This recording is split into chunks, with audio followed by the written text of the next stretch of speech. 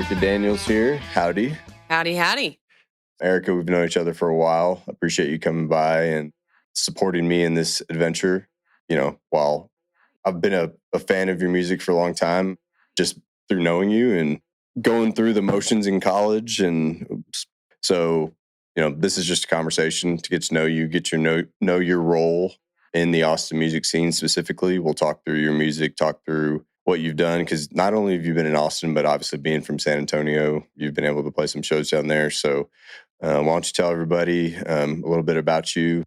Played together. You forgot to mention that. We did. Not performed, but played. Yeah, there's that YouTube video will pop up in like my For Me or whatever it is on YouTube. There's a couple, and there's one with the cat. It's still up there. That's funny. I totally forgot about that. Yeah, good stuff. You could dig it up. So from San Antonio originally, college, A&M, where we played. And I moved back to San Antonio. That's when I really started music and performing, rather. I've always written and loved singing, but that's when I started doing gigs. And then 2021, I moved up to Austin. So I've been here for almost 4 years. I remember in college, you saying you're going to San Antonio, and I was just like, love my city, love the Countdown City. But you were like, why? But if you want to do music, Austin's a place to be. So that's cool. Okay, so 2021. Totally agree. Yeah, 2021 in Austin for work, outside of music. And then that's whenever I started, which is funny because I started playing a ton of gigs in the San Antonio area after moving to Austin. No country, all that stuff. It did take a second to kind of be allowed, I guess. Not really, but into the scene. And then things kind of just started happening. A lot of the progression of gigs is word of mouth. And then there's it's relationship based. For sure. Absolutely. For sure. So then just been playing more here and then in Houston. And okay. So when you were playing in San Antonio, you said you made a statement it was kind of not hard to get into the scene, but what was in Austin? Yeah. What was the challenge that comes to mind whenever you say that? Just getting to know people, trying to figure out the venues? No. So I would ask anybody. I'm like emailing, talking to people. Right. And specifically, this one lady emailed back and she said, well, you don't really have a following here, so I don't want to book you. Interesting. And I'm like, well, how do I get how do I gain the following? Yeah. All right. So how did you break over that hump? So I joined a music networking, it was a Facebook group. So I started getting little gigs in that. Right. And then... What was the name of the group? Do you remember? Oh, gosh. On the spot. I know, God. Clock's ticking. No, you're fine. It's all right. It's one booking lady that knows. She has a ton of contacts. But so I did that.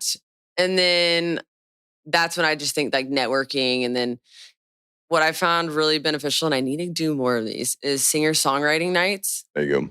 Yeah, those are good. Like I went to one at Poorhouse, then I played at Freiheit like a week later because they're like, hey, can you play? And I did a song swap duo gig and it's super cool. So I need to get into more of those in Austin. Okay. Specifically. But that's how you feel like you were able to kind of get over the hump, is just you found one little end and then from there it just expanded, right? Yes. I mean, it's like that in any industry, but have you heard of Local Sets, ATX? No. So I'll connect you with them, but they are huge. They have a lot of components that they try to get into their organization, into their sets. But I actually met their head guy yesterday and was talking with them, and their biggest thing is they'll do a song, but then a Q&A after. So you learn about the artist and learn their personality. And I thought that was so genius because, and the example that he gave me was, you know, musicians go and in between songs, they're like, here's how I wrote this song. And people are just like, they're not really paying attention to it and they're not really getting the personality of the artist. And so I thought that was such a genius take on a singer-songwriter situation. You know, you go play a song or two and then talk about yourself. Yeah. So I'll get you connected with them. So going back to hometown, so San Antonio, you went to A&M. That's a theme here. We're 2 of 2 for Aggies on this podcast so far. It's loud and proud. Yeah, exactly. Yeah, no, it's all love. So in terms of, you know, Erica, the artist, like I hate to put a box for people, but what category of music would you call yourself, or would Oh, you put yourself into? I love to ask people what box they'd put me in because, but you're right, because it is hard to define that, especially if anybody's just even looked at my Spotify, they'd probably be a little confused.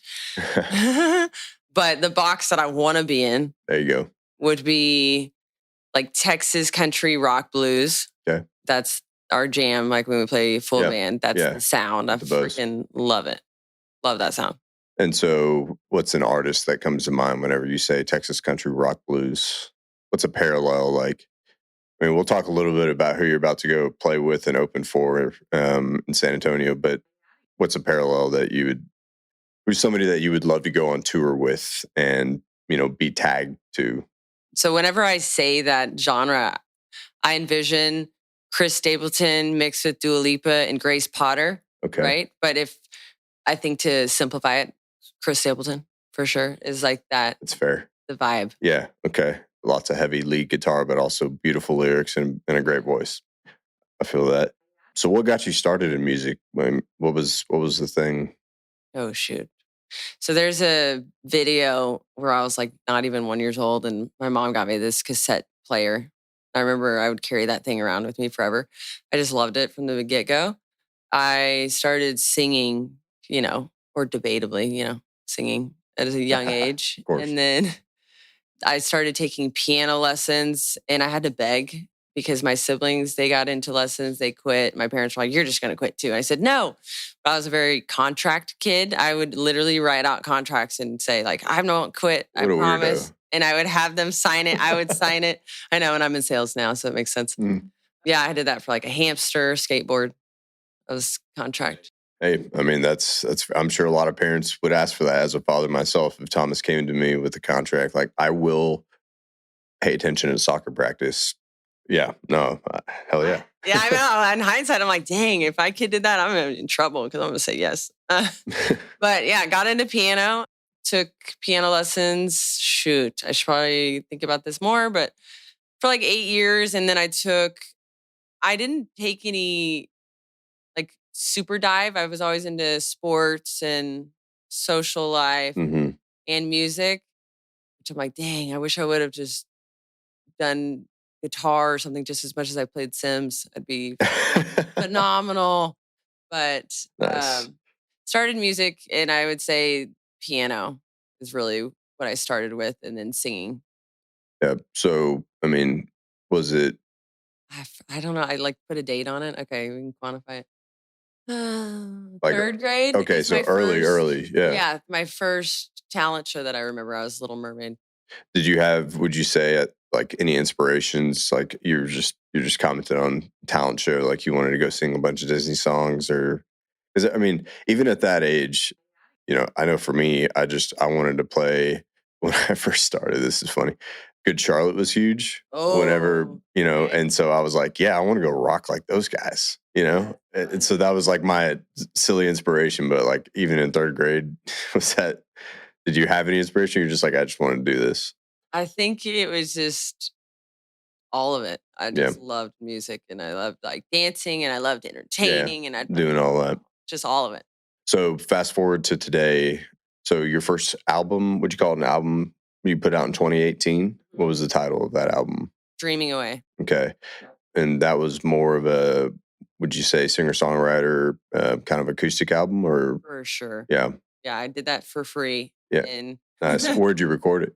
A family friend's upstairs studio. Nice. Little garage band situation? Or like, yeah. He's like, he did music as a side thing and helped me out. And that was really, really nice of him. That's awesome. Yeah. Is he still doing music recording today?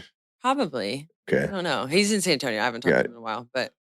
All right. So Dreaming Away. So from Dreaming Away to now, I mean, from 2018, I remember the song Crazy for some reason that sticks out of my mind. Was that on that first album? Yeah. Because then I just saw you kind of re-put out another version. So what are you working on now?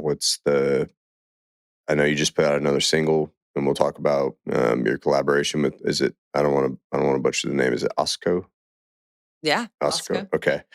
So what, I mean, obviously you lived a whole lifetime, and then since then, and you've moved from San Antonio to Austin, and you're doing a bunch of shows now. But what do you think in terms of your maturity and musical maturity level? What has been the biggest change from then to now?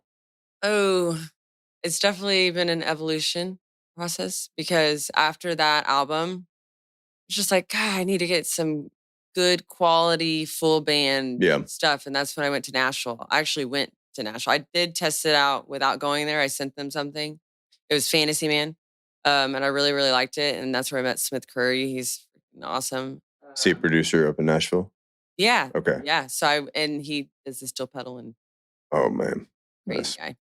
Yeah. So I went up to a studio called Pentaveret and it was amazing. I didn't want to touch anything. I was like, oh my gosh, there's so much expensive equipment. Yeah, yeah. Some of it's like double as old as you are, and probably cost six figures. So, Oh my gosh. oh, Yeah. okay. So you're in Nashville, dude. Yeah. So when you say you went up to Nashville, was like you went up there to live there, or you were just up there To record. to record? Yeah. Awesome. So you spent a couple of weeks up there, or Just one weekend. And these guys, so they had the studio musicians that played Mhm. on my EP, right? Sweet Bliss. Okay. And they knocked that out a couple hours. I mean, It's pros insane. of pros. I call them music robots. I don't know if that's insulting. I think it's a compliment. I would love it's to be. probably a compliment for how talented some of those guys are. All of They're those guys are incredible. guys and gals. Afterwards, I found out like one guy was like playing for Tim McGraw and playing for all these really, really incredible people. I'm like, wow. But anyways, so I went up there, recorded the EP one weekend, loved it. It was great. That's definitely more of a Nashville pop sound that that album encompasses. Mm-hmm. And the next album, I really, really want to get my guys in the studio so we can really capture what we truly sound like. Yeah. Not saying that we don't sound like the pop, but that's not really Yeah. the box that I'm in. Yeah. So I definitely got more of I don't, and again, I hate to put a label, but more of like you said, pop maybe, and Totally. maybe more traditional, call it radio sounding. And Yeah. I didn't really think that was the direction you wanted to go in. So I was kind of surprised to hear that. It didn't, it sounded great. Right. But Yeah. like you said, you're kind of you wanted to get a little bit more rocky, a little bluesy, Gritty. a little gritty. There you go. That's a good Yeah. term. A little grit. So let's touch on the Bows a little bit. So give me the layout of who your band is and how you found them. So it started just kind of like picking up, but Trevor, Mm-hmm. lead guitarist, Neighbor lives here. Yeah. So Jenna and I, his wife, were really, really good friends in middle school. We knew each other forever. That's cool. And she had a Friendsgiving. And I think he could correct me if this is wrong, but I think that's where we started playing together because we all started jamming. And I was like, God, so good. And so then I invited. As organic as it gets right there. It was awesome. And so him and his friend Cody, they started, I was like, hey, can y'all play on this show with me? Can you play on this show? So they'd come to San Antonio. And then once I got up to Austin, Trevor and Joey have been playing together since I think like fourth grade or something. Joey's the drummer. Okay. He just got married yesterday. Nice. And so he brought him over. And then I found a bass guy and then one of their friends. But that's how it all formed. And I was like, hey, are y'all serious? Like, if I get us some gigs, would y'all be good? Can I count on you, basically? Yeah. Yeah. And they said, oh, yeah, if we're not busy, yeah. So I was like, okay, let's go. Awesome. And that's how it's pretty much evolved. And then. And they've stayed, Trevor and Joey have been drums and guitar. They're the mains for sure. Okay. Yeah, I had a bass guy for a while. He was in multiple bands. And so he had to focus on that. Yeah. And then, but a new bass guy, Blake, he's like the hype man of the band. I freaking love him. Nice. Like, we need to be more like Blake. I need to make t-shirts. We need to be more like Blake. He has the best energy and he'll even text for practice. He's like, hey guys, like we need to get together for practice. I'm like, golly, you need to be the leader of this. Hey, that's good. I mean, that's good if somebody else is holding others accountable in any situation. So that's awesome. Good for you. He's fantastic. And he just wants to rock. He's already has his kids out of the house and it's actually work related. His wife works with me in flooring. Oh, nice. All right. So that's how y'all met. Yeah, that's how she told me, hey, my husband, he loves music. If you ever need anybody, he could play anything. Which he does. He plays drums. Is he from Austin? They moved from Dallas. I actually don't know where they're from. Okay. They live in Austin. Okay, but and everybody. New Braunfels, Texas. Okay, so Hill Country. I mean, Close. It's all localish. It's all adjacent. San Antonio, Austin. I mean, obviously there's separation there, but Hill Country, it's all adjacent. And then I can't forget Mitchell. Mitchell, I added on. Sure. We added on keys, even though Mitchell can play guitar, bass too. It's a good touch. So we got Mitchell in there, and I played tennis actually with Mitchell in high school. Oh, really? And he plays a bunch of music, but like at home. And I said, "Hey, you want to join the band? Like if you want, I don't know." Yeah. And then we threw him up, and his first gig was at the Rustic in San Antonio. Nice. That's perfect. No pressure. Yeah. So you're still traveling back and forth, good amount, playing in San Antonio and here. In Houston sometimes. In Houston? I really like playing in Houston, actually. Okay. What about Houston? From my experience, a lot of people seem to really appreciate music there. That's good. Yeah, like when we played at a downtown spot, the sound guy actually told me, he goes, "Man," he said we're like the second most, but I'll take it. Wow. Where the crowd paid attention to originals. Oh, wow. Yeah. Awesome. Good for you. You feel like you don't get that in Austin as much? Austin's pretty good, but I think people, I guess it's like depends on where you're at. Yeah. Right? Because if you're anywhere in downtown, I mean, you could say the same thing with Nashville, like off Broadway. Yeah. Some people are just there to party. Yeah. And you're just kind of in the background and you got to keep it like. That's fair. Nice. Yeah. That could be anywhere, right? Yeah. But I mean, Austin definitely has its pockets too that are good. What's your favorite place to play in Austin? Ooh, I love like little spots. I have a place I always play, like Paco's Tacos. I just love the people. And on 51st. Yeah, I love that place. That's awesome. I love that spot. And the family owning it, like they're just so amazing. But my favorite venue, I will say, I really, really, really, really enjoyed Saxon's. Yeah, I was like, it just feels like home. I mean, that's a legendary venue in town, and the fact that you had a headlining show there is tremendous. So I want to hear about that whole experience. How did you get plugged into Saxon? How did you get the headlining spot? Was there a big build up to that, or was there kind of a slot, or how did that all work? So I started booking with this guy, Cash. He reached out to me, and I was like, "Yep, I'll take the help." Yep. Mm-hmm. So we did a 6-month deal, and he told me from the beginning, "Hey, I want to get you kind of work towards that." Okay. Saxon's. Yeah. So we can get some people out there, and like, okay, I'd never been to Saxon's. I live in a hole. That's one of my flaws. But also it could be a pro. I don't know. So it's like a nice hole. I mean, it's good to get away. So, okay. Yeah. That's fair. But then I'm like, I don't know what that is. I don't know. I have so much to learn. But yeah, I need to get out more. And Saxons, I know, or Saxon, I don't think it's plural. Yeah. I got corrected on that. Whatever. It's such a nice spot. It's like, it was so comfortable. It was like very personal, intimate setting. But also it's like just a nice space. Love that. Had you been to a bunch of shows there before? So Never. Really? That was my first time there. Really? Ever. Oh, come on. Don't say that out loud on an Austin music podcast. I know. But it is. And it was like an amazing experience. I'm like, oh my gosh, I need to come and see some shows. I was talking to some people there, but this photographer, which apparently shoots a lot of these shows around town. What's his name? Sandy. Okay. I don't know if you've ever seen him. Mm-mm. And they're just like really cool people over there. He's not, I guess, affiliated directly, but yeah, but he's in the scene. So you were working with Cash. You kind of had a build up, and so where were those build up shows? Oh, okay. Now I got to think. I played Antone's. You got us Antone's. We played at Guero's, which is. Oh, that's right. Didn't you play the Sun Radio? The Sun Radio. They have the. Oh gosh, of course I'm blanking on the name right now. Every Wednesday on the outside. Every Wednesday night. Oh, no. It's not Sound of Our Town. Anyways, they have a Wednesday concert series, but didn't sound like you played that.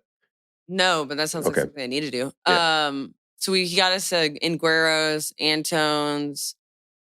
I'm trying to think of other ones like locally that we did. I mean, the fact, as a guy who hasn't played on a single stage in Austin, the fact that you've... Good, though. Thank you. The fact that you've played Antone's and Saxon Pub in and of itself is tremendous. I mean, just you think about the legends that have played. I mean, Bob Schneider still, and I talked about this with Charlie Gore on the last show. Bob Schneider still has a residency there at Saxon, and I mean, it's been there forever, so it's a legendary venue. And then obviously Antone's is Antone's. Right. So what was that experience like, hanging out in the green room at Antone's? And just, I mean, obviously it's not the original building, but still has so much energy and so much history to it. Oh, You just yeah. walk in there. Have you been back there? I randomly, I went up there. It was just a random deal. I went to a show, actually, that 41st anniversary show. No, it was the Jungle show. And my buddy got us up into the green room somehow, and we're just hanging out up there. So yes, to answer your question, yes, I had no business being up there, but it was still cool to be just in the space, So how was that experience for y'all? Oh, it's a whole new world up there. Yeah, it didn't. Like, holy crap! Yeah, you go up the stairs, and then there's this whole other section. I'm like, oh my gosh! Yeah, that was awesome. That was super cool. So, I mean, obviously, it didn't. Was that a headlining gig? No. Okay, who were you supporting there? Name is Taylor. He's really good, actually. Like I said, I live in the hole. He was fantastic though. So okay, but it was a supporting slot. Okay, but still, I mean, you're at Antone's, and so do you feel like your prep was different for that kind of show? Just, I mean, band wise, yeah, band wise, just song selection. Like, yeah. So at places like that, it's really cool because you have the opportunity to play more of your originals. Mm-hmm. So that's what I was doing. Yeah, or we were doing. We were playing more original songs. We probably played like 2 covers. Okay, which is awesome versus like playing at a normal spot where you're supposed to be playing a bunch of like a mix. Yeah, So yeah, it was mostly originals. Okay, and then so going back to the Saxon headlining deal, so. Even though it was a weekday, you still felt like there was a good energy and good presence in the crowd, and it was just one of those deals. Yeah, thank gosh, because whenever so it was on a Thursday at 10 p.m. And I don't blame anybody that is like, oh, it's a little late. I'm like, back in the day, I'd go to that all day long. Of course, yeah. Nowadays, though, I'd be like, that's a little late. Yeah. So I put myself in that perspective. I'm like, I don't really blame people that don't go. It's a little late. Yeah. However, we got a really good turnout, and people stayed from the show before us. Awesome. And it wasn't packed by any means, but it was definitely like a healthy crowd, and people just had good energy. Yeah. And what's funny, and I told the guys, I'm like, I probably shouldn't even tell anybody this, but a week before, maybe a week or 2 before, I asked them, hey, what's the ticket sale? It was 2.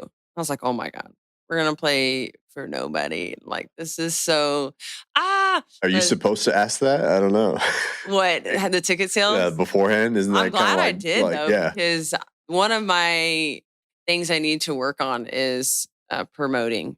I need help with that for sure, because I think if I did music full time, I could say this, but I think I would dedicate a little more. I'd be more in tune with getting things out. I think I just will do it for like a week, and then, life happens. And I'm like, oh crap. I don't have it as a routine getting stuff out. Yeah. I talked about this specifically with Charlie Gore, the last guest. There's Erica, the person and the musician, but then you have to not only create the music, work hard to record the music.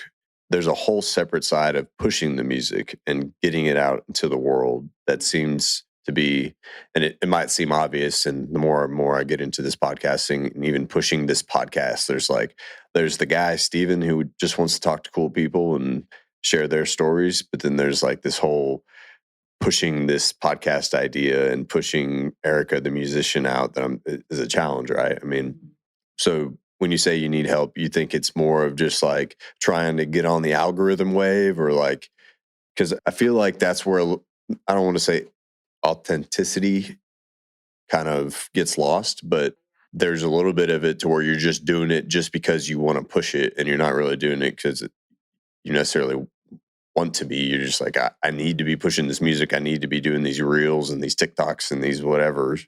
So do you feel like that's the challenge for you? 100%. If it weren't for music, I probably wouldn't even be on social media. Yeah. Not gonna lie. Like, maybe Facebook, because you gotta. Well, you got grandma there. You got to say hello to your aunts and uncles. Yeah. Or you check on it and whatever. Yeah. But I looked at my activity, one time, I don't know, a couple months ago, and it said 3 minutes a day that I was on Instagram. Oh, And that's I healthy. thought, I know, I was like, oh, that's so good for my brain. And I told Cash at the time who was booking me, I told him that, and he goes, that is not good. And I'm like, well, actually, it is good for me, my brain. Yeah, that's fair. It's healthy. But yeah, so it's kind of one of those things where, and I think with music in particular, it's so funny because in my regular day, I used to have like stair stepping at the gym or these things I would post all the time. hmm But when it comes to music, I don't know. I just am more like private, which is not what you should be. And I think it's just because I don't want to like be annoying. I don't know, Well, yeah, I'm sure there's a little of that. It's like, which is stupid because if well, yeah, it is silly because, one half of your brain is like, I want the world to hear that. I want everybody to hear this song. I'm very proud of this song. But then the other half is like, it's the self doubt, I think, is where it's coming in, right? I mean, yeah, because I can say that because that's how I feel about pushing this podcast. it's true. It's like, I don't know, does anybody really know what they're doing? No, No, hell no. no. And so Yeah. it's just like, well, no, who cares? Hit send, full True. send, and so. Well, and I met this guy, I don't know, recently in Nashville. And he is such a squirrel. He's so freaking funny. He's a nut. And I was watching his videos. I'm like, dang, I need to do stuff like this. And he's so authentic. And I'm kind of a nut. And I'm like, I need to put that kind of stuff Self-proclaimed. on. Yeah. I mean, yeah, squirrel. Like I'm known for being ADD. One of my friends said, oh, you have witching hours. And I'm like, I need to be more like that online because that is how I am, like at shows. Yeah. And I talk to people and I think There you go. You found your authentic. I can't say that right now, but you found your authentic self. there, yeah. That you can push. But it's just like online, I would try to be more like professional, which is so silly because it's music and nobody, what am I playing for Juilliard? No. Yeah. So it's like, I need to start doing more stuff like that. Just like silly, just funny, normal day life stuff. Yeah. So we kind of touched on this a little bit, but I want to go back to it. What parallels have you drawn between, and I know you've only spent time in a studio in Nashville, and, there's a strong resemblance between Austin and Nashville, but from a music scene and cultural perspective, from your time in Nashville, what is the biggest difference that you've seen talking and hanging out with people in the Austin scene relative to what you've seen in Nashville? Good or bad? I have such an appreciation for the talent in Nashville. Mm-hmm. Not to say that there's not in Austin. I think. Well, I mean, do you feel like you haven't been exposed to maybe That's definitely the a folks huge part in of Austin? it. Because Huge part of it. there's definitely the same level of legitimate studio musicians in Austin, right? And True. And yeah. I got to be, you're right, the exposure. And like Smith just took me around we went to this diner, Brown's Diner. I think it's the east side of Nashville, just like off the main stuff, the main Broadway. And there's 3 songwriters that perform their acoustic and just lyrically, musically, they were so talented. And it was in this just hole in the wall. Mm-hmm. And then we went to this other place on the east side and freaking phenomenal. This guy, Sean Kennedy, so good. It's not country. It's like 80s vibe. Okay. But just live and so good. And I'm just like, holy crap. I'd feel like if I moved here, I kind of thought about that for a second. Yeah. I was like, I would elevate just because I had to be. Yeah. Naturally being into it. I think people can say that all day about anything. So it's kind of like you get what you put in. Yeah. And I just haven't done that in Austin. So I think that's a huge factor. Yeah, it's exposure, it's getting out, it's networking, it's finding, because there's definitely, I mean, and we'll talk about this. One of the things, one of the consistent things I want to get out of this podcast and talking to guests is, what do you think about the term live music capital of the world? And, because it sounds like your exposure, you've had a higher level of exposure in Nashville to maybe the professional realm of musicians, whereas you haven't really had that in Austin. So do you think that's, I mean, I guess, how did you get plugged into Nashville? How did you even meet those folks? What a good question. Yeah. It's funny is I trace that back because it's like, I think life, if you keep working and you say yes to opportunities, you find yourself somewhere and you're like, how the heck did I get here? That's where it works. So I was playing at the Rustic in San Antonio and one of my mom's tennis friends went there. Her brother or a couple people, I'm still confused on who owns this place, owns a bar downtown San Antonio. Okay. Well, one guy that plays there a lot, his name's Alan Hendrickson. Okay. And he sometimes books for the Rustic too, and he books some shows. He's been doing music for a while. He reached out to me and we played a show together, and he was, I wouldn't say took me under his wing, because it was almost like he was like this like passing by little angel touch. I texted him the other day actually to thank him, like in hindsight, because I was like, holy crap. But he had told me, hey, you need to get some professional recordings. And I said, yeah, I agree. And so he, yes, yeah, thank you. like, yeah, good idea. And I just had no idea how to go about it. And I just didn't yet. It was on like, the 1 day bad list, because those 1 days take forever. And so he texted me Smith Curry's number. Okay. And he said, hey, you could just send him your track. They'll record it. And then you just got to get your vocals done. And then they'll mix and master it for you. And because you should reach out. He did mine. And so I listened to it. It sounded pretty good. So I reached out to Smith. Very chill. Okay, straightforward. I went to a studio here in Austin to do my vocals.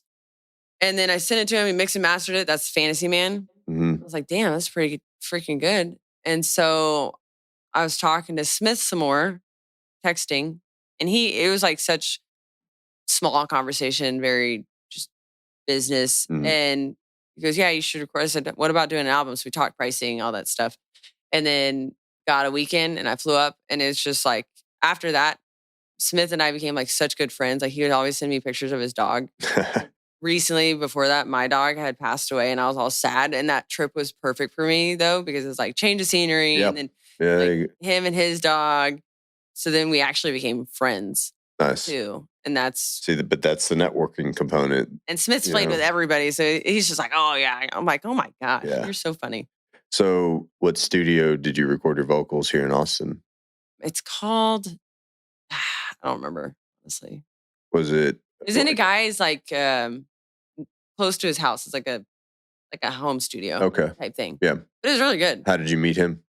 I just Googled it. Nice. I mean, there you go. I'm pretty sure. Nice. Pretty sure I just Googled it. And so you just... Or somebody might have told me. I don't remember. So you just went in there and laid down a couple of vocal tracks and sent out the files, and then you got a mixed and mastered full-blown... Was it an album or a couple singles? No, it was just one single. Okay. Fantasy Man single. Okay. Yeah. So I want to talk about your you have Erica Danielle, Daniel, the singer-songwriter that I remember with acoustic, and then I look up and you got this Osco guy coming in and EDM. just EDM throwing it's in the initials. Yeah, it is. It sure is. Yeah. But it threw me for a loop, but I love it. It's awesome. And so what was that about? Good question.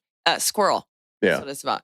So my first gig in San Antonio that I remember, it's at this place called Bite. It's in the middle of La Cantera. It's not called Bite anymore, but it's the place right in the middle. This one guy had from out of town just moved to San Antonio, and he's like, hey, can I connect you with my cousin? I was like, I'm like so skeptical about guys and creeper. I don't know. That's fair. So here's my business card. So I gave him my email to give to his cousin. And so Osako, his name's Luke. Okay. He was partnered with this other guy, and I was just communicating through email with these guys, and I still was very skeptical. He wanted to record one of my originals. Okay. And I said no. So I'm like, I don't know you. Yeah. I'm not gonna let you touch those. Yeah. I mean, that's a fair, it's a big issue in the industry for sure. Very cautious. But then he made a track, and beautiful is what it was. And then I created lyrics to that, and then he mixed and mastered it. And he's so helpful. That guy, I haven't even met him in person still to this day, but his parents came to one of my gigs. Oh, nice. Like 2 years ago. Nice. Yeah, it's awesome. Where's he based out of? He lives, I think, in Dallas now, but it's in Kansas. He's a doctor. I think he's a surgeon of some sort. Okay. Which is freaking so impressive. That's awesome. So impressive. Some people got both sides of the brain. Well, he's like, and he plays all the music that he's producing. Okay. It's like the saxophone and stuff. Like that's not all electronic. Like he imports it. Wow. So That's impressive. impressive. Right? Yeah. The piano and the guitar. Yeah. Just, all right. Yeah, he's super impressive. So over the years, I mean, I totally trust this guy. He's helped me like upload to release songs and like it's so helpful. So, and that was one of the things I want to touch on. So, have you gotten into the side of your music where, you know, you're trademarking it and uploading it to like the BMI database and doing all that stuff? Copywriting? Yeah, copywriting, 100%. trademark. Sorry, that's not the right term. Copywriting. Yeah. And so, have you done that with all of your music, or like? You trying to set me up? No. Well, you trying to set me up. My new stuff's gonna be stolen. No, I know. So there's a poor man's copyright. You're not gonna get me, okay? Yeah. So yeah, my mom told me where to go or something like that. But I uploaded it officially, the copyright. Actually, I had somebody check it, and they're like, "Oh, you did it right." I was like, "Oh, thank God." For the first album, and then other songs, I haven't done it in a while, like the official. So that might be a little risky. Well, but even like the little intro that I wrote for this podcast, like the little guitar part for the intro and outro, somebody recommended that I go send that through into copyright. I was just like, dang, it's like that. I was like, it's really like that, isn't it? And so it's going through the web of the process, but that's as a I'll call myself a musician, but as somebody who's played guitar, you are a musician. Everybody, he is a musician and he's fantastic. Thank you. But as somebody who's never put out music, that was just one side of something that, you know, even as just an average music listener, you just don't really think about that side of it and how big of a component that is of being an artist and protecting yourself and protecting, you know, the hard work that you did. And so that, you know, even on this podcast, like I said, I'm learning a lot about that. And so, I mean, did you find that challenging, or was it just something you just felt like you had to do? So you just kind of, it was a grind to get through it, or? To copyright, no, it's not a challenge at all. Like you have to pay for it. Yeah. And sure. then you just like upload the audio file. It's been a while since I did it.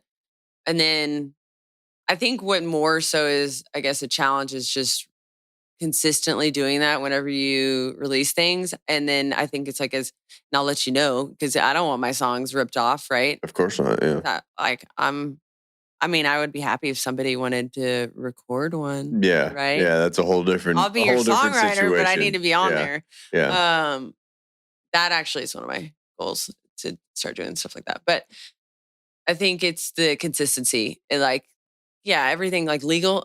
Like I not a super detail oriented person when it comes to logistics, which is a problem, but not really. I just need somebody else that's good at stuff like that. So whenever, and again, as I've gone through this whole situation, you have to think that there's somebody out there who could be one of the best singer-songwriters to have ever lived, right?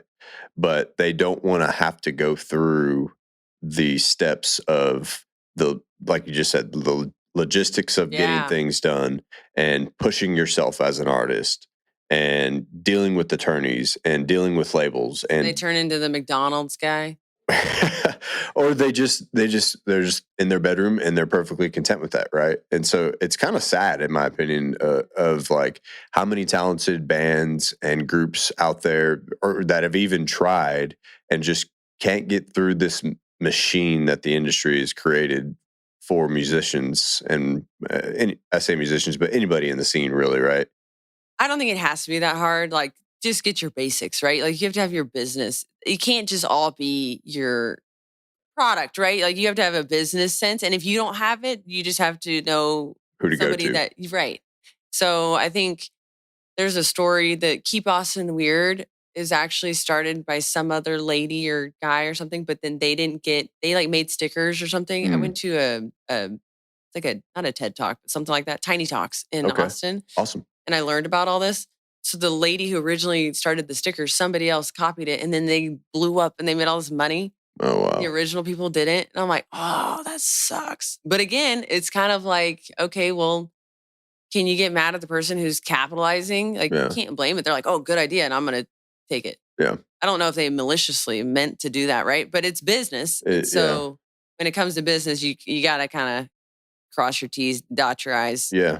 So at the most basic level, as I was saying, there's poor man's copyright, which is like having the original stored somewhere to where if anything ever did come up. Now it is kind of tricky, I think, these days because of like AI. Who knows what somebody could do? Yeah, that's a whole thing. I know, and I don't know enough about it to even talk about it, but I know that's a whole thing. That's who knows. But I also too like do the best you can, crossing your T's and dotting your I's. But I also believe like the truth will set you free always. So you just gotta like do your best. Yeah, no, I mean, that's fair. And as a musician, you're definitely a small business owner. Yeah. That is the reality of the situation. And whether you're in a band or not, your band, you can't call them employees, but at some point they become. They technically are, actually. I have an LLC. I do my taxes. Yeah. It's a lot of work. But let's talk about that, because for somebody who's just starting out, what would you say are the basics? Because I feel like you've gotten over the first hump of the just starting out, and you're kind of on the trajectory of like really getting there. So what are like the basics you would say for somebody just starting out that they need to do? I ask anybody, hey, do you have an LLC? They need to do that. 100%. Because if you're not, you're missing out on just the business aspect. And it's like the write-offs. I think a lot of people don't really know about taxes and small business perks. 100% LLC. That way, that's like your mileage. Everything counts into where you can get benefits for that and then put it back into your music.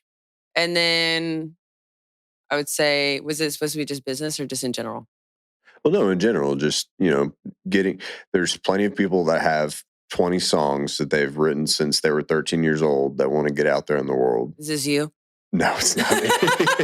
No, I think my songwriting book is 2 pieces of paper flying around this office somewhere with like some like silly blues lyrics, No, but like, so, but there's somebody out there that has that level and they really want to get going. So, from your perspective, so LLC, what's the other big ones?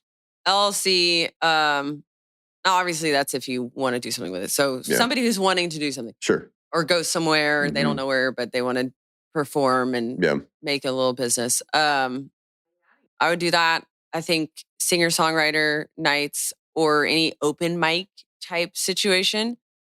I've done a lot of good networking there. It really is just like networking, really, and finding people that you really enjoy to be around, number one, because I think life's way too short to be putting up with somebody who just isn't on the same path as you or like the same moral compass. Definitely run if that's different. But I think just getting out there and don't listen to your self-doubt brain of like, oh, I don't know. If they don't like you, it doesn't matter. To ignore that human thing. And like I was so self-conscious about music, which is funny. Like I'm really confident in a lot of other things in life, especially if like I don't know something. I'm like, oh, I'll figure it out. But like with music, I don't know if it's because it's personal. I don't know. But I remember thinking to myself, if just one person connects, I thought at a moment of when I don't like a song, I just press next. I don't like sit there and like critique it. It's just like not even a thought in my brain. I just press next and it's okay. So I thought, you know what? If somebody did that to me, I'm totally cool with that. But if one person resonates, it's all worth it. So just getting kind of more Austin specific, and we kind of touched on this already, but what do you think about the term live music capital of the world? I mean, you've gone to Nashville, you've done your thing in Nashville, gone to Austin, you've played in San Antonio a good amount, play around the Hill Country. What do you think about that term in general? If I'm being honest, I think it's gotten a little muddled, I guess. Because the only reason why I say that is because I've gone to Nashville and it's like consumed with music. Like people, they're not even musicians. Like people are just like obsessed with, oh, gotta listen. And I feel like in Austin, I don't really get that impression. Like you go to South Congress or you go downtown, maybe a little more like 6th Street. There's like Blind Pig, like stuff like that. There's places on every level, which is cool.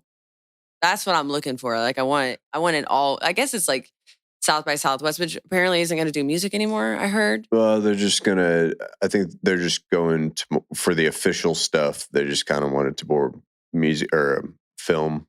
Oh, focused. okay. All right. Well, I haven't read too much into it, but I mean, personally, for me, South by has always been the best because all the non-official showcases bring in all of my favorite artists. yeah. So, do you feel like this hole that you're living in is created by? Well, it's funny because I feel like the genre you're going for and the genre, like you said, like the box that you want to put yourself in, Mhm. do you feel like there's just not a strong representation of that? So maybe that's why you don't play a lot of these venues or kind of do you think that's No, a part of it? it's more of like lack of distraction is probably what I find best sometimes. However, I mean, I just need to get out more and like Yeah. I care. mean, That's all it is. It's like yeah, okay. when I get out and I start looking into things or I start going to places, I want to learn all about it. And I Yeah. like, but it's just more of like I'm not gonna. I guess I want to like touch it versus just knowing about it. Does that Yeah. make sense? Like I want to Yeah. experience it. Yeah. Is a better way to put that. Which Well, is I need to just go out one well, day. you should follow Austin Music People on social media because Austin Music People will tell you the coolest venues. Okay. Well, I actually do, but again, I don't get on. Yeah, no, it's fair. So I just need to make a list and like literally knock them off. Well, and you talking about social media, there is a direct correlation for me personally. Like before I started this podcast, I had deleted Instagram and like was kind of doing the same thing you were, just like not really on social media that So nice much. though. It is, but the show attendance went down with my social media engagement going down because I just didn't know a lot of like that's how people communicate their shows, Yeah. and it makes sense, Yeah. but like I would like pin you can like go on Safari and pin a venue's homepage as like an app on your home screen. So I like pinned all my favorite venues that way. And so I would just have to remember to be like, okay, I got a free Friday night. Let me just go look at all the different like Sea Boys Continental Club, Yeah.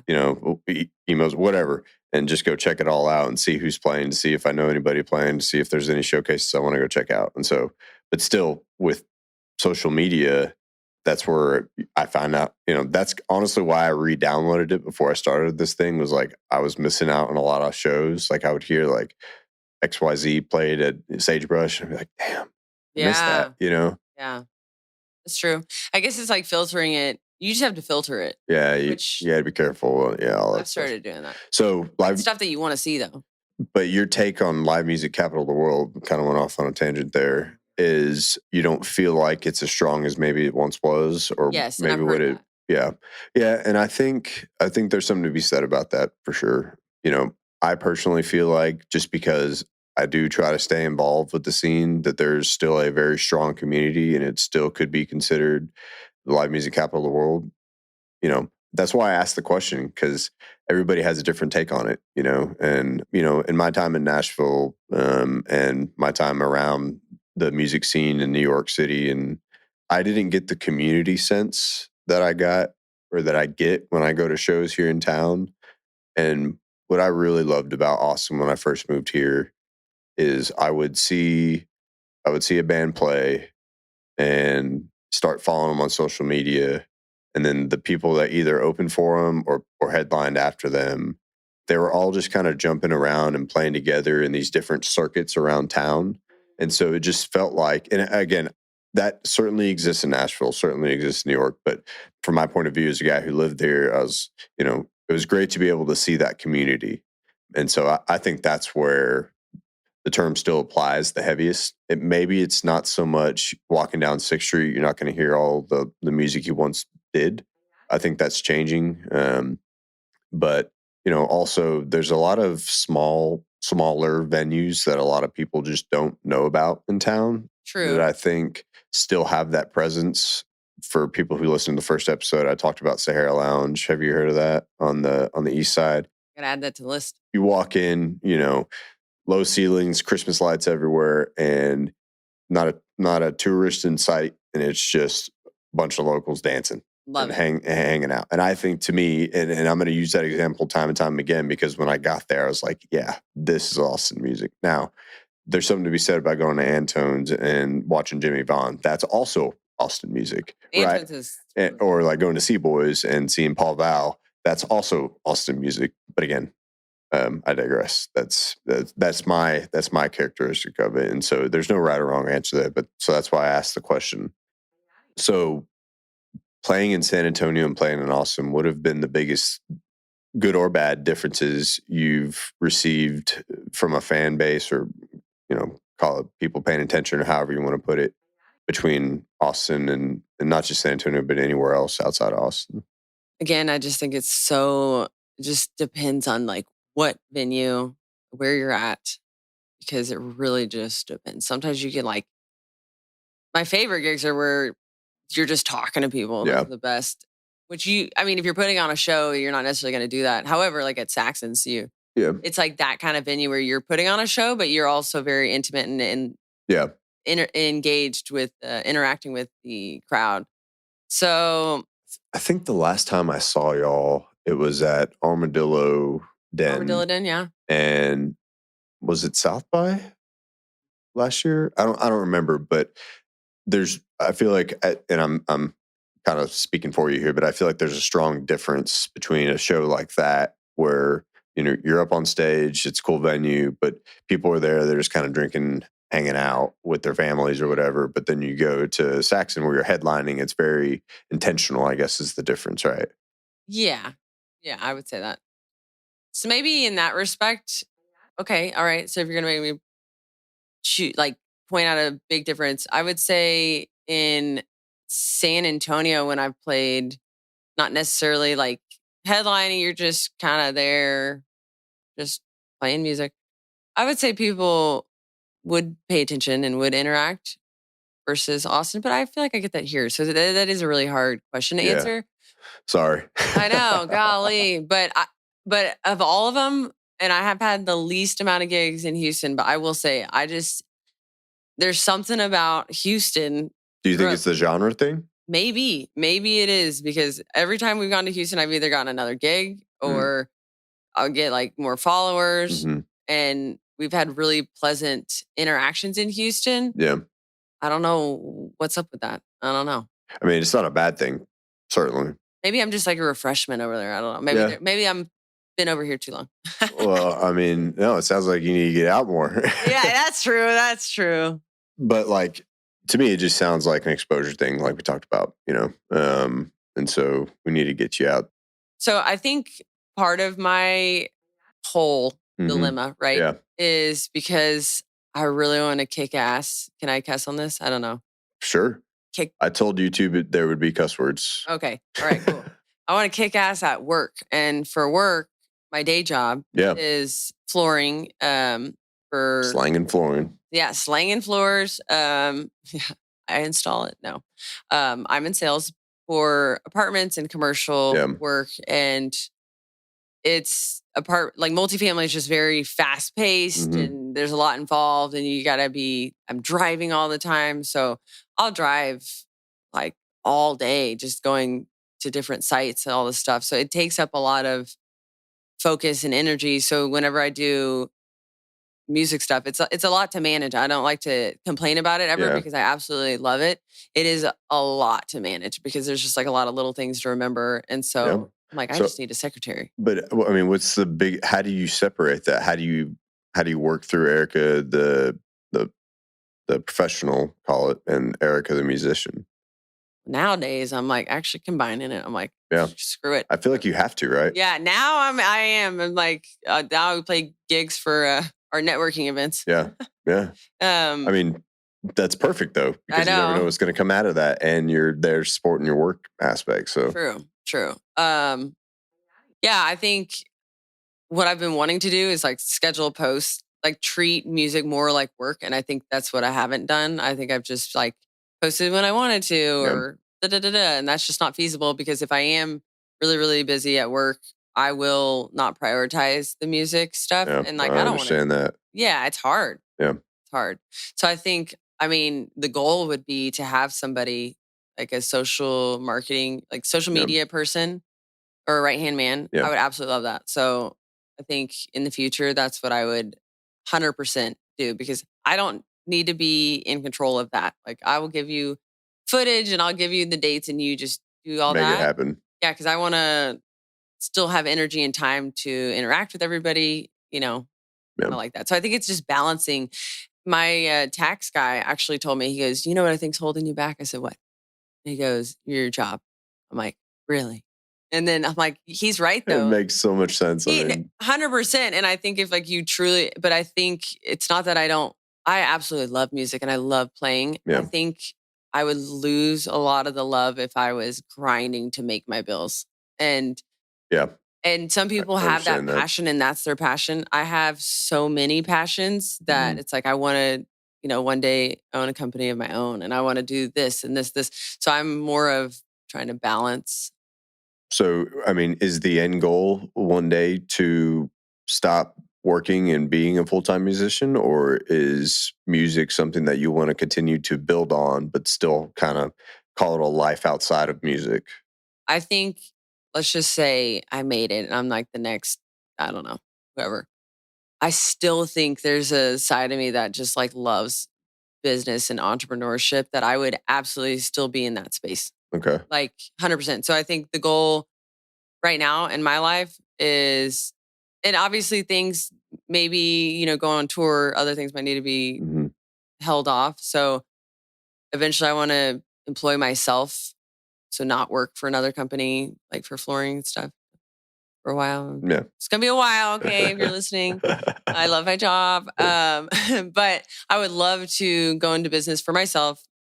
That way I have even more flexibility for music. Yeah. And of course, if things like take off, that's fantastic. But I just like really enjoy business and I really enjoy music. And I think you can do both. I really Yeah. do. I think in today's world, I mean, there's good and bads to the levels of productivity that we can do as humans in today's world, but I think it's possible to do both. And I mean, You have a team. I think if yeah, you have the right team, yeah, that's a huge part. yeah. So to answer your question, I'm not going to, I think if somebody really wants to make it, if that's their goal, yeah, quit your job and put all your energy into it. Yeah, 100%. I actually, 100%. But I think my goal is not to be famous. I think it's kind of like has to happen if you're going to be that successful sure. at music. You know what I mean? Yeah, So it's kind of like, okay, that's a byproduct. That's how I look at it. It's like a byproduct. So, yeah. but that's not my goal. It's not a goal. It's just something that if it happens, it's happening. My goal is to play awesome shows and have awesome experiences and to keep refining the craft and I get better mean, and better and better. that's about as authentic as it gets, in my opinion. I think if fame, money, and all that stuff is your goal, I think that's where you get yourself in trouble. So I think I personally, everybody has right their own opinion, but I personally feel like that's a great way to look at it because I mean it's the same thing with this show, right? This is not a full time gig. This is a passion project, is what I've been calling it. Yeah, passion probably love Yeah, it. yeah. So it's just something. But no, I definitely respect that.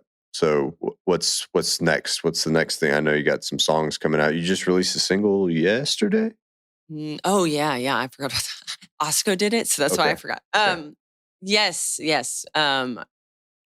I sang on that one and wrote the lyrics. Fight the Fall. Fight the Fall. Yeah, it's the EDM one. That's Spotify, everywhere. all the stuff. Okay. All Everywhere, right. YouTube, Spotify, Awesome. Apple. Yep, that's good EDM stuff happening. I might have some more of those products. I love those because it's more of like a songwriting challenge Yeah. because they give you a Oh, it beat. has to be, right? Yeah. Yeah, you're not sitting behind a guitar with a couple chords. It's a Yeah. whole different ballgame. Or like my own emotions. Like it's Mhm. like, okay, let's see, what does this sound? So um for the band stuff, like I mentioned, I would love to get us into the studio. Maybe I should do that for a single Mhm. before like trying to do an album because that's gonna take a long time, especially with not using studio musicians. Yeah. Well, and Um, everybody's in the same position you are. They have families, they have work, they have oh yeah. life. And so just it's kind of the perfect scenarios come together, right? For everybody to even to practice, I'm sure it's challenging. So Yeah. all right. So band stuff.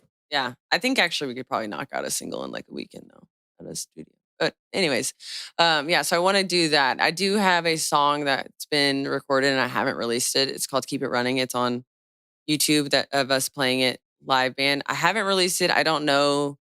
I recorded that one in Nashville, but I just am so curious if we recorded it with my guys, if it would sound different.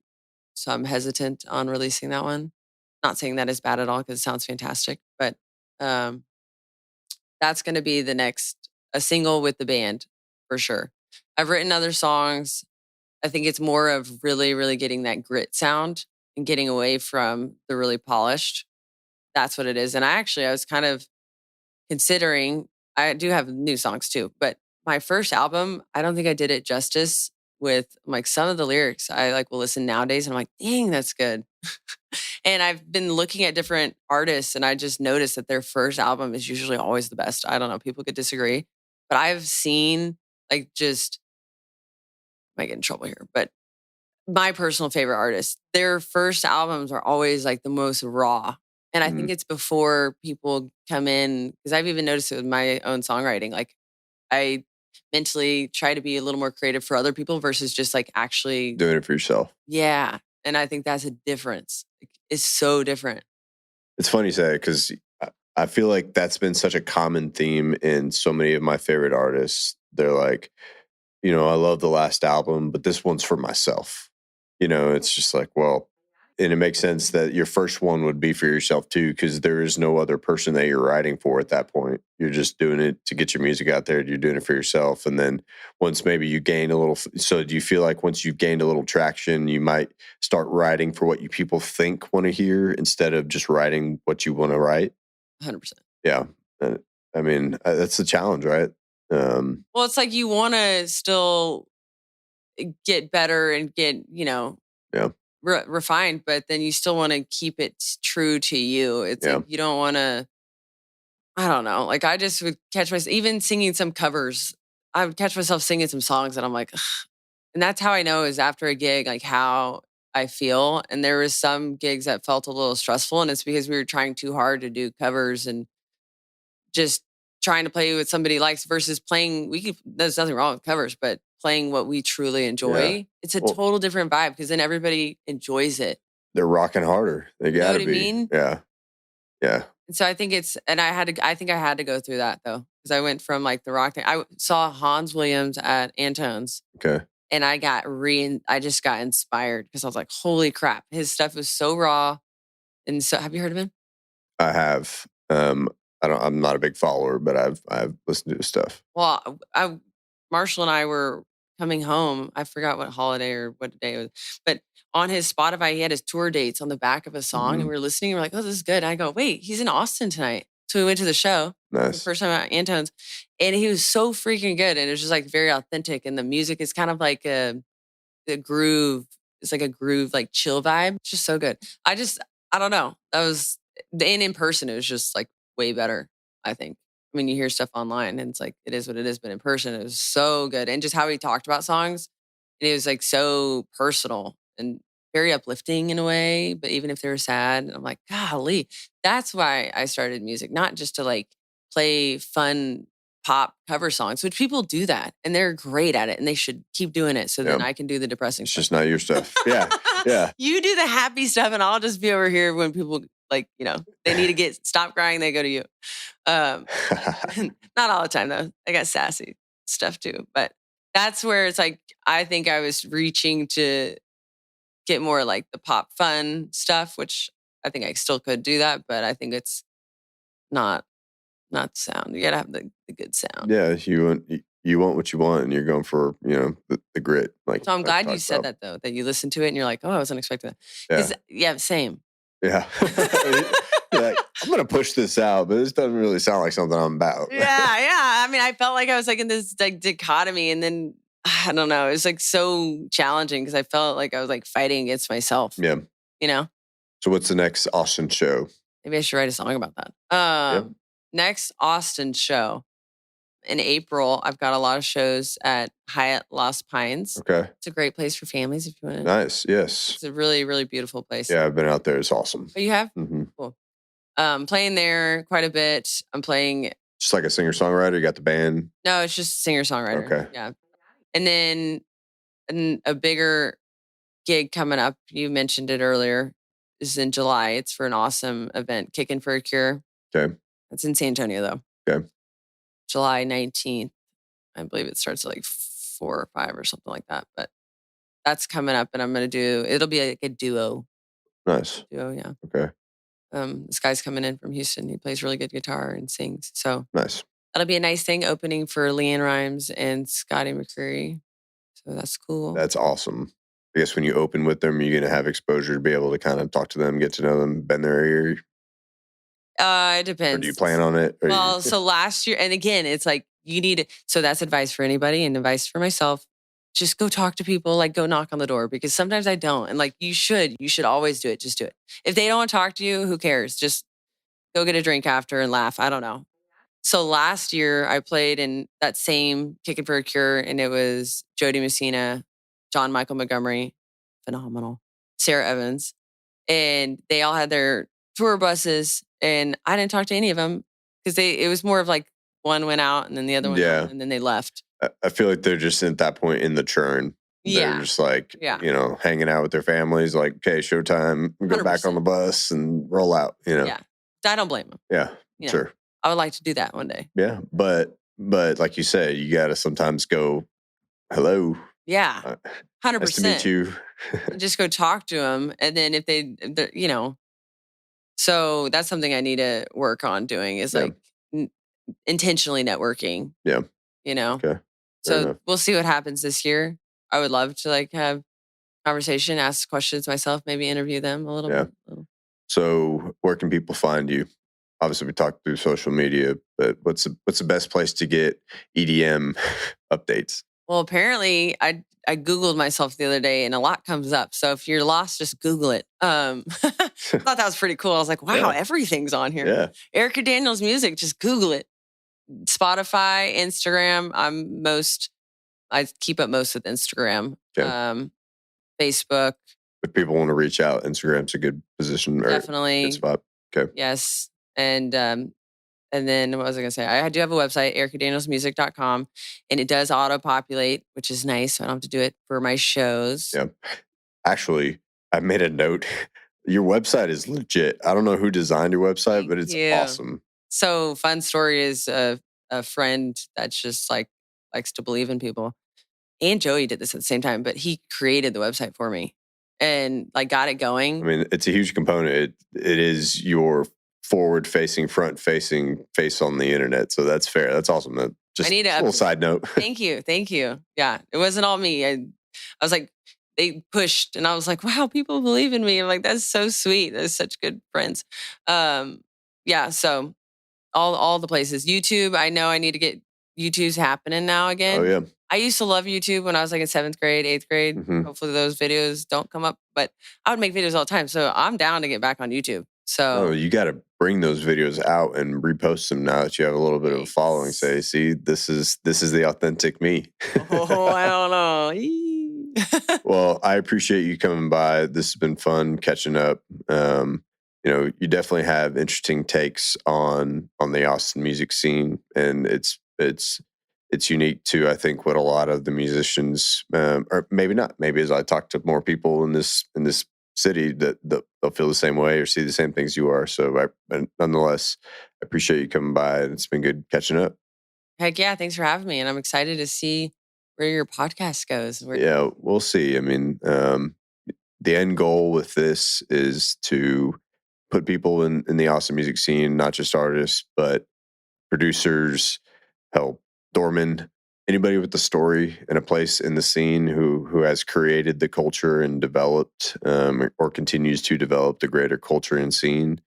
And if we're lucky, hopefully give back to some local music nonprofits. So that would be amazing. Yeah, that's the big goal. And so we're on our way. But appreciate you being here. Awesome. All right. See you, everybody.